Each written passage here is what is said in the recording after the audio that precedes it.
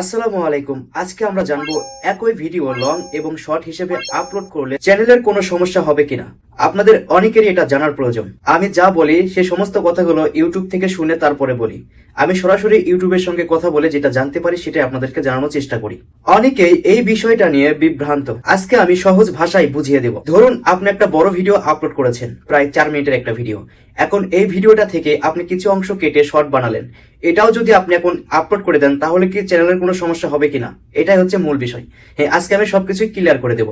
প্রথমে বলি, আমি ইউটিউবকে প্রশ্ন করেছিলাম যদি আমি একটা বড় ভিডিওকে কেটে ছোট করে আবার শর্ট ভিডিও হিসেবে আপলোড দিই তাহলে কি আমার চ্যানেলের কোনো সমস্যা হবে কিনা। উত্তরে ইউটিউব আমাকে বলেছে যে কোনো সমস্যা হবে না, কিন্তু কিছু নিয়ম রয়েছে। একটা ভিডিও লং এবং শর্ট হিসেবে ব্যবহার করলে কিভাবে আপলোড দিলে আপনার চ্যানেলের কোনো সমস্যা হবে না।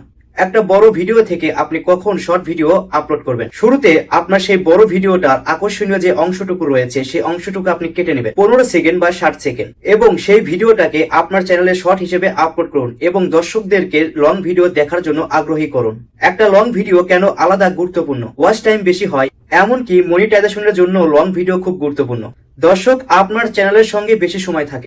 এখানে কি ভুল করবেন না, একই সময়ে হুবহুব একই ভিডিও বারবার আপলোড করবেন না।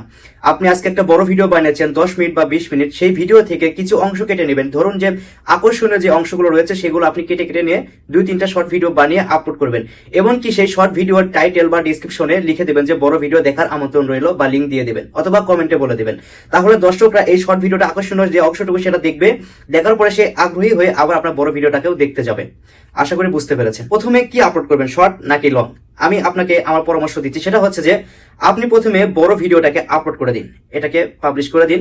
এরপরে সেই ভিডিওটার আকর্ষণীয় অংশটুকু কেটে নিন, নেওয়ার পরে আপনি সেটাকে আবার শর্ট হিসেবে আপনার চ্যানেলে আপলোড করুন। এতে করে আপনার চ্যানেলের কোনো সমস্যা হবে না, কোনো স্ট্রাইক আসবে না, কোনো ওয়ার্নিং আসবে না। তাহলে বুঝতেই পারলেন একই ভিডিও শর্ট এবং লং এই দুই ভাবে আপলোড করলে চ্যানেলের কোনো ক্ষতি হয় না। তবে বুদ্ধিমানের কাজ হলো লং ভিডিও থেকে শর্ট ভিডিও তৈরি করা। ভিডিওটি ভালো লাগলে অবশ্যই চ্যানেলটাকে সাবস্ক্রাইব করুন, অন্যকে শেয়ার করে দিন। সবাই ভালো থাকুন, আবার দেখা হবে নতুন আরেকটা ভিডিও নিয়ে। আল্লাহ হাফেজ।